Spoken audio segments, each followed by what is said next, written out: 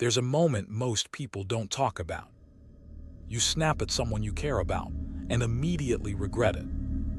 Or you feel a quiet jealousy when a friend succeeds, and you don't understand why. You tell yourself, that's not me, but something inside whispers, yes, it is. That uncomfortable feeling, that's where shadow work begins. In psychology, Carl Jung used the term shadow to describe the parts of ourselves we hide, deny, or reject. Not just the bad things like anger or envy, but also parts we were told were unacceptable, like being too emotional, too bold, or too needy. The shadow isn't evil. It's simply everything you've pushed into the dark to be accepted, loved, or safe. And the strange thing is, the more you ignore it, the more it controls you. So today, instead of theory, we're going into something deeper, shadow work exercises that actually work. Not because they're complicated, but because they're honest. The first exercise is called trigger tracking. A trigger is anything that causes a strong emotional reaction in you, especially when the reaction feels bigger than the situation. Maybe someone interrupts you, and you feel disproportionate anger. Or you see someone confident, and instead of admiration, you feel irritation. That reaction is not random, it's a clue. Hear what you do. The next time you feel triggered, pause. Ask yourself one simple question. What does this remind me of? Not logically, emotionally.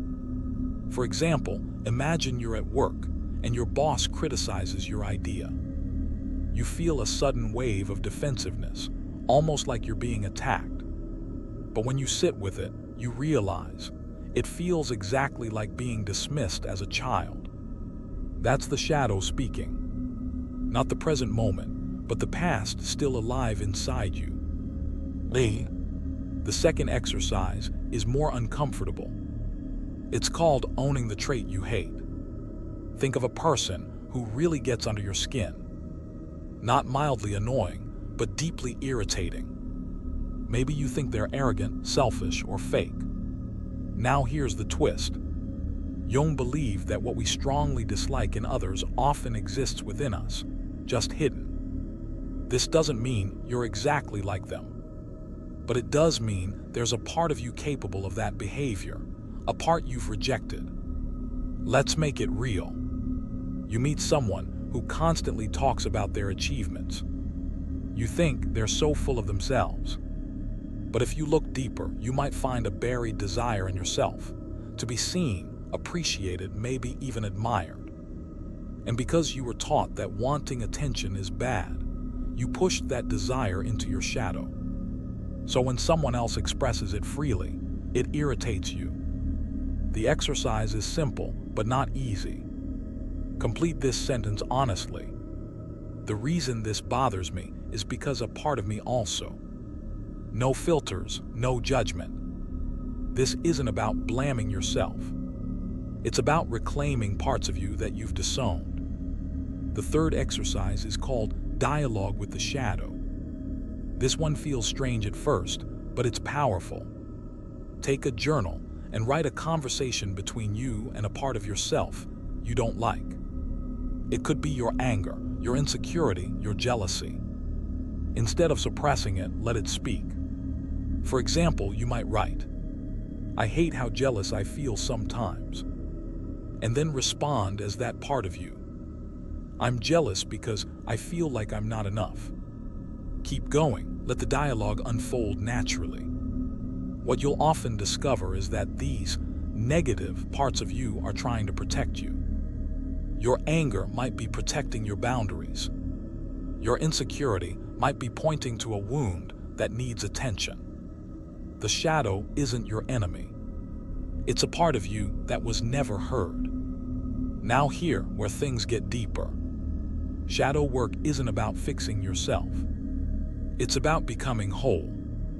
Most people live in a constant performance, showing only the parts of themselves they think are acceptable. But that comes at a cost, because whatever you reject in yourself doesn't disappear.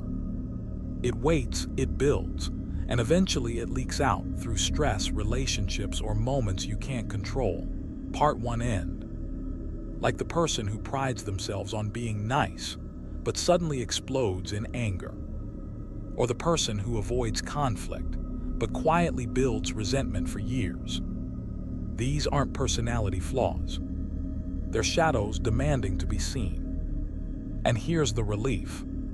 When you bring awareness to your shadow, it loses its grip. Not instantly, not perfectly, but gradually, you start to respond instead of react. You begin to understand yourself in a way that feels honest. Instead of saying, "I shouldn't feel this way," you start asking, "What is this feeling trying to show me?" That shift alone changes everything. Because the goal of shadow work isn't to become a perfect person. It's to become a real one. And real people are complex. They have light and dark, strength and insecurity, confidence and doubt. The difference is they're aware of it. So if you take anything from this, let it be this. The parts of you you're most afraid to face are often the parts that hold your greatest growth. Not because they're comfortable, but because they're true. And truth, even when it's messy, sets you free. So tonight, when something triggers you, when you feel that uncomfortable emotion rise up, don't push it away. Sit with it, listen to it. Because that voice you've been ignoring might be the one that finally helps you understand yourself. And maybe the real question is, what's wrong with me? But what part of me have I been refusing to see? If this resonated with you, there's a deeper layer to this journey waiting in the next video.